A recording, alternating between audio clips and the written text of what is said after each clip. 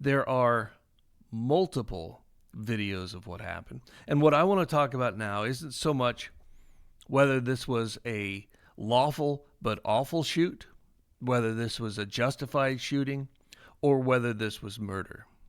We're going to talk about what we hear from the administration on this. But first, let's go minute by minute through these videos. And this is a summary of like different videos. This is 5 different verified videos of the incident. And this is from ABC News. I know that some people will hear that and say, oh, that's a liberal. You can't attack the source, folks. Attacking ABC News doesn't discredit what they wrote. And I've watched the videos, and I find this to be a decent summary.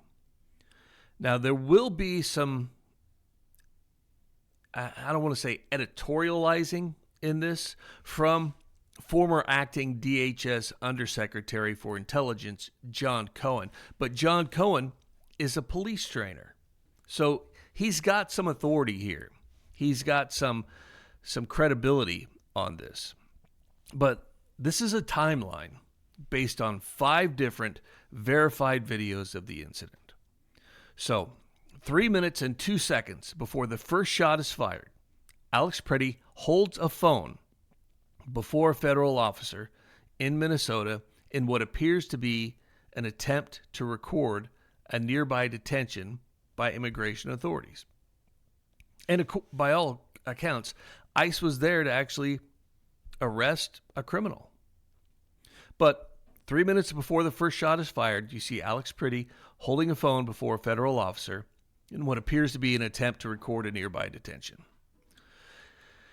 At 8:58 and 22 seconds, a second federal officer carrying a can of pepper spray approaches Pretti, who continues to hold up his phone. 7 seconds later, one federal officer appears to push Pretti towards the sidewalk. We advance about 30 seconds. Another eyewitness begins recording the incident, showing Pretti continuing to lift his phone towards the officers as they appear to detain someone in the street.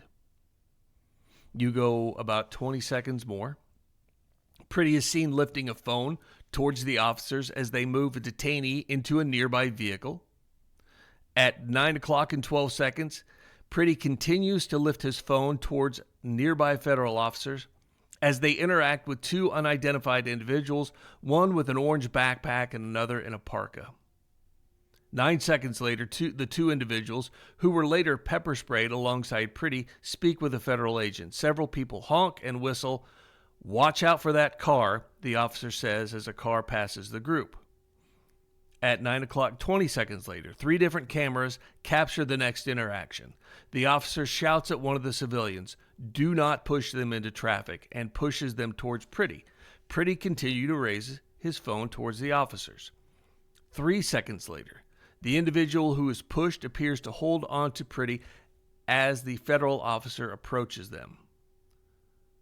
1 second later, the federal officer appears to push Pretti.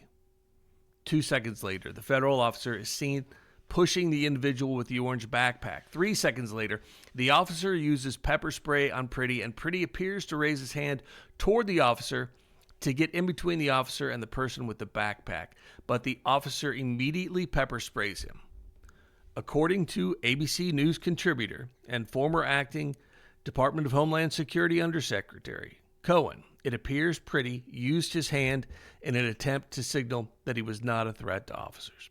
Could have also been trying to block the pepper spray. At 9 o'clock and 53 seconds, the officer pepper sprays the other 2 civilians again. A second later, after being pepper sprayed, Pretti appears to fall into the person with the backpack and possibly grab that person to stabilize himself. 2 seconds later, the federal officer appears to pull Pretti into the street, appearing to tug him by the hood of his coat.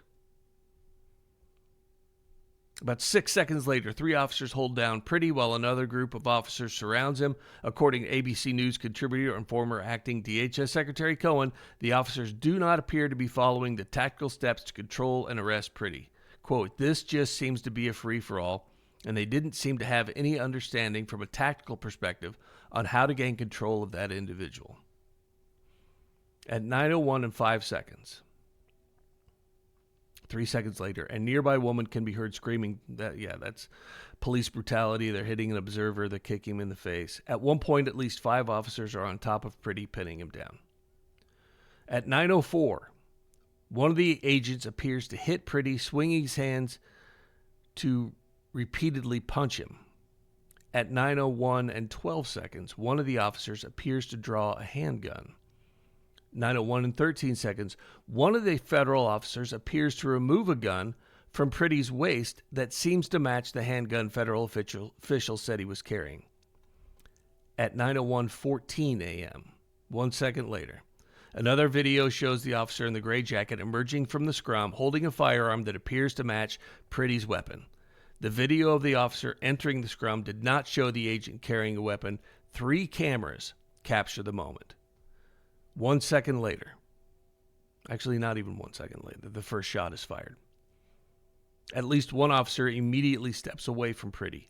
2 seconds later, 1 second after the first shot, 3 additional shots are fired. Pretti appears to go limp and fall to the ground. Within 3 seconds, 6 more shots are fired. 6 agents have stepped back from Pretti's body. 29 seconds after the first shot is fired, an officer approaches Pretti. According to a sworn affidavit from a doctor who says they treated Pretti at the scene, he had 3 bullet wounds in the back, an additional wound in his upper chest, and another possible wound in his neck. 74 seconds after the first shot is fired, the officer in the gray jacket is heard saying, "I got the gun, I got the gun," and walks towards the officers surrounding Pretti. So that's what the videos show. The little editorializing there is on how the officers were conducting the takedown of Pretti. So I'm not going to say that this was a good shoot or a bad shoot. I want to talk about how the government responded to it. So we've got about 3 minutes. I've got more than 3 minutes worth of video. So this is going to continue. This is going to continue after our conversation with Camelia Peterson. But go ahead and play what Secretary Kristi Noem said about what happened there. And listen, I just read you from the video what happened. Now listen how she describes it.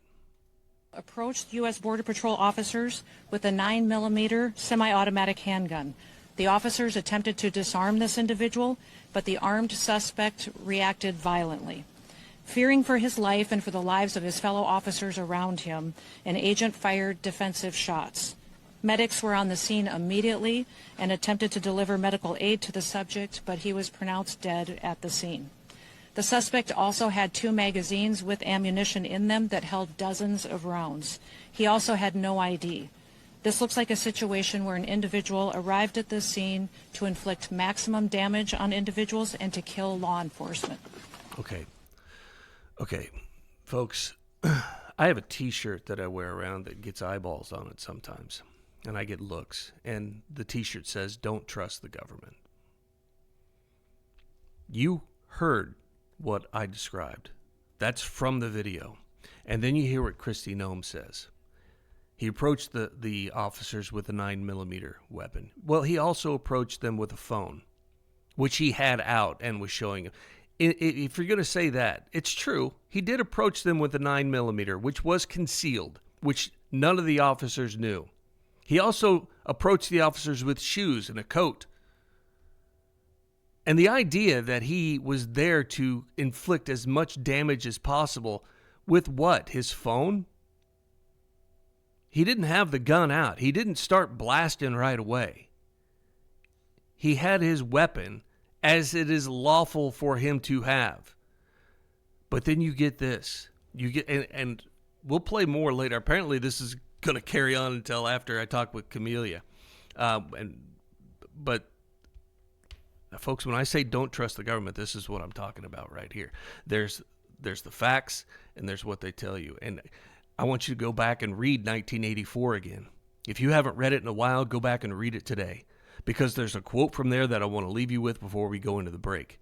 And that quote is, "The party told you to reject the evidence of your eyes and ears. It was their final, most essential command." This is the Dwayne Lester Show at 7:20, and we'll be right back.